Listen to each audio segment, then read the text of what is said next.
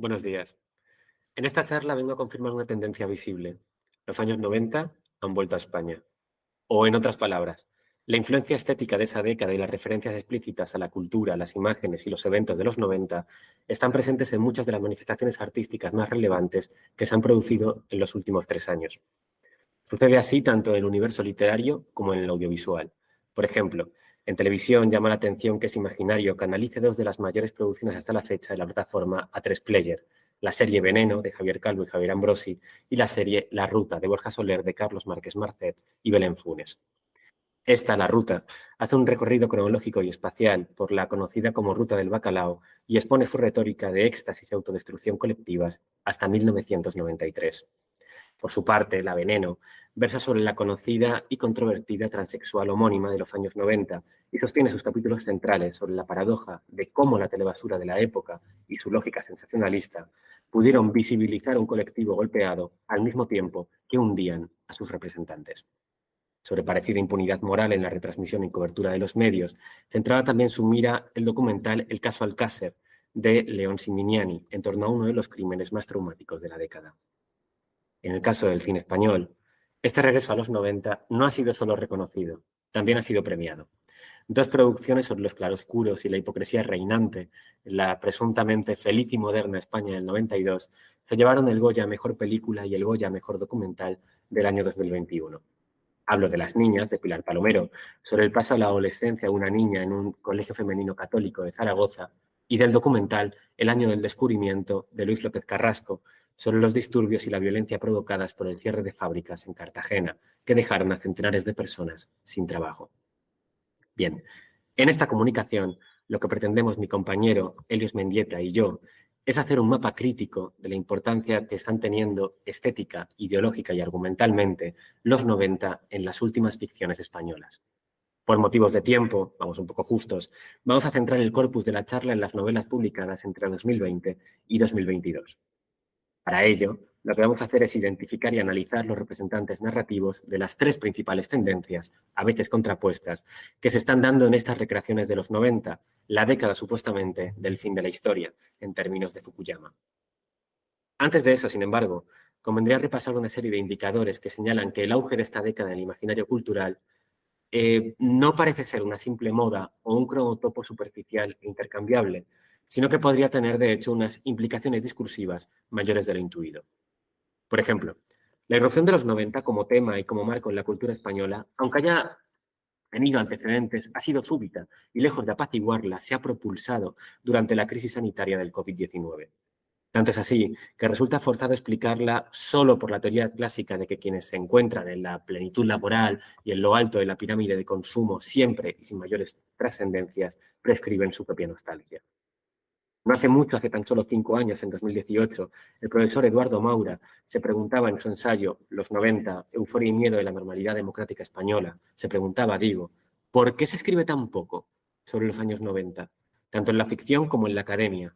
La práctica totalidad, decía Maura, de los ensayos que se asoman a la historia de nuestra democracia los omiten. Y sin embargo, remataba, ¿podemos pensar el presente sin el inconsciente social de los 90? De forma pionera, su ensayo realizaba entonces, en primera persona, una arqueología de la memoria popular de esta década, recorriendo algunos de sus hitos. Barcelona 92, los crímenes de Alcácer, el asesinato de Miguel Ángel Blanco, la ruta del bacalao. Es curioso pensar, desde esta investigación, que el ensayo de Maura ha resultado un antecedente inconsciente de todas las novelas recientes de este corpus, firmadas por escritores entre los 28 y los 44 años, la mayoría de los cuales ha empleado la autoficción y o han partido de su propia experiencia, reinventada, claro. De hecho, libros como Feria, de Anaïdi Simón, transitan en muchos tramos antes por el ensayo que por la ficción, lo que ha facilitado que algunas de sus reflexiones en torno a los 90 hayan saltado del marco de la crítica cultural al debate social. El caso más mediático fue quizás la conferencia que en 2021 impartió Anaïdi Simón en el marco del programa Reto Demográfico del documento España 2050 contra la despoblación. En ella, dirigiéndose al presidente del gobierno, criticó la precariedad dominante a través de un discurso de resonancias generacionales que resumía el prólogo de su libro. Un prólogo que comenzaba con una frase lapidaria, cito, «Tengo envidia de la vida que tenían mis padres a mi edad». dos padres funcionarios, carteros, en un pueblo castellano. En otras palabras, en el marco de una planificación futura de acciones políticas, Simón recuperó una imagen del pasado de una estabilidad económica perdida ligada a la familia como institución. Tenemos la mítica dicotomía que planteó Humberto Eco en su libro sobre la cultura de masas, aquella diferencia entre apocalípticos e integrados, y la aplicamos al imaginario de los 90, Simón encarnaría la integración.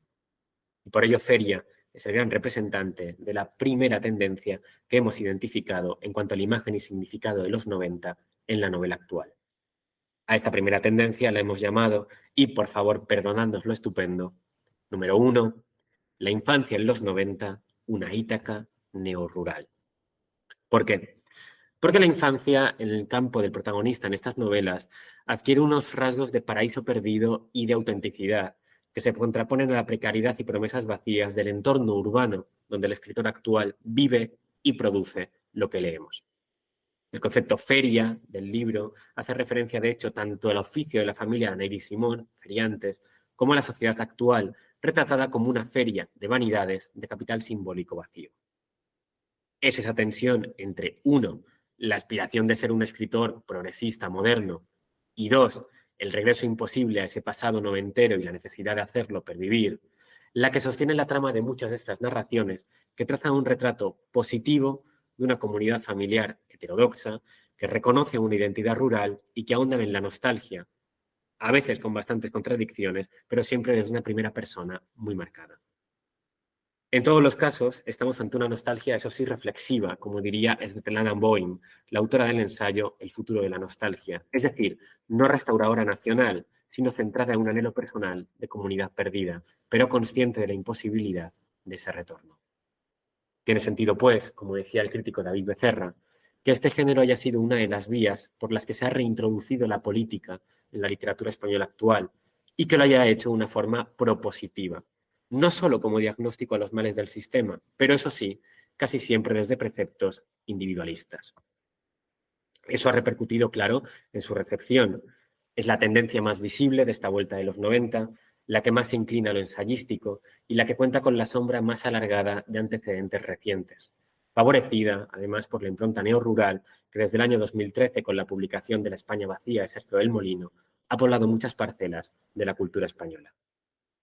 Entre los antecedentes podríamos señalar, por un lado, la película Estiu, 1993, de Carla Simón, que recrea un verano infinito y liminar en el campo para una niña de 6 años que acaba de perder a su madre.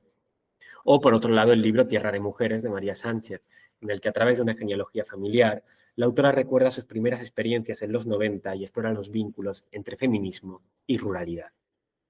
En ambos casos, así como en Feria de Neyre y Simón, o la enormemente influyente Panza de burro, de Andrea Abreu, aunque esta sale entre más en los derroteros puros de la ficción, destaca la fascinación por el lenguaje hablado del territorio rural y, por ende, del territorio creativo de la niñez. Abreu incluso no se limita a exponerlo, sino que lo estira, lo retuerce y lo combina con el paisaje de un modo casi lírico, pero también bronco, que se adecua muy bien a una reivindicación de unos orígenes, como dice la autora, salvajes. Es la imagen de un yo libre en un entorno que no ha sido contaminado y que ha de oponerse, esto Neyre y Simón lo hace explícitamente, a la imagen actual de un yo civilizado pero explotado. Para Simón, de hecho, la verdadera identidad española en su conjunto se difumina a medida que avanzamos en los 90 y ve todavía en esa década una inocencia y una ilusión colectivas que después se perderían cuando España se sumergió, en opinión de la autora, en el neoliberalismo actual, en el de nuevo Fukuyama, fin de su historia. Esa inocencia de los 90 es, sin embargo, absolutamente negada en las ficciones de la segunda tendencia, a la que hemos llamado 2, los 90 como literatura y desengaño. Algunas de las ficciones que presentan esta tendencia de incorporación de los 90 son Trigo limpio, de Juan Manuel Gil, Premio Biblioteca Breve 2021, y Simón, de Miki Otero, Premio Ojo Crítica de Narrativa 2021. En ambas narraciones se recrean las ciudades de infancia de los protagonistas en los 90 con una distancia crítica y un humor corrosivos. Ambas incorporan una reflexión agria sobre el fracaso y el privilegio y hunden sus cimientos en la literatura como configuradora de ilusiones, pero sobre todo como terreno metaficcional de juegos. En este sentido, Trigo Limpio ubica su acción en un barrio de Almería de los 90 colonizado por la ampliación innecesaria e irresponsable del aeropuerto de la ciudad. De ruido de motores, el narrador, cuyos elementos geográficos coinciden con los del propio Juan Manuel Gil, vuelve sin ningún ápice de idealización a una preadolescencia marginal, plagada de travesuras bárbaras y no pocos prejuicios. La trama se acerca más al universo rural y a la amistad traumática de las novelas de Stephen King que a la realidad española moderna que se veía por televisión, máxime porque vuelve para resolver un antiguo misterio. A modo de falso detective, Juan Manuel Gil hace girar entonces su historia por una red muy cervantina de reflexiones metaficcionales, llena de homenajes y parodias literarias, empezando por la crítica a este uso global de la primera persona que tienen todas estas narraciones. También muy cervantina, aunque más oscura, resulta la crónica de Barcelona que hace Miki Otero en Simón, desde los festejos y la ebullición de las Olimpiadas del 92 hasta el desplome y la inmovilidad de la crisis de 2008. El testigo y protagonista de esta crónica es Simón, un niño de 8 años que vive en el barrio barcelonés de Sant Antoni, donde su padre y su tío, inmigrantes gallegos, regentan un bar.